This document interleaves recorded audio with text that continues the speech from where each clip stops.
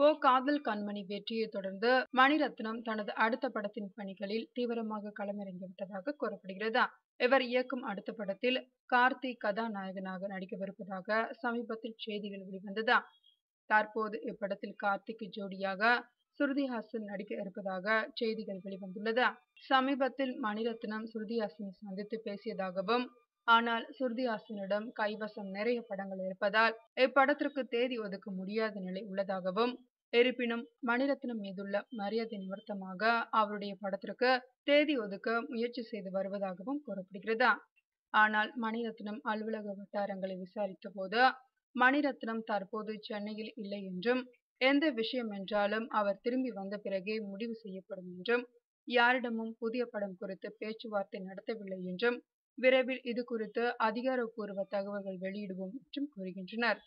மேலும் இப்படத்தில் ஓ காதல் கண்மணி படத்தில் நடித்த துல்கர் சல்மானும் ஒரு முக்கிய கதாபாத்திரத்தில் நடிக்கவிருப்பதாகவும் செய்தி பரவி வருகிறது.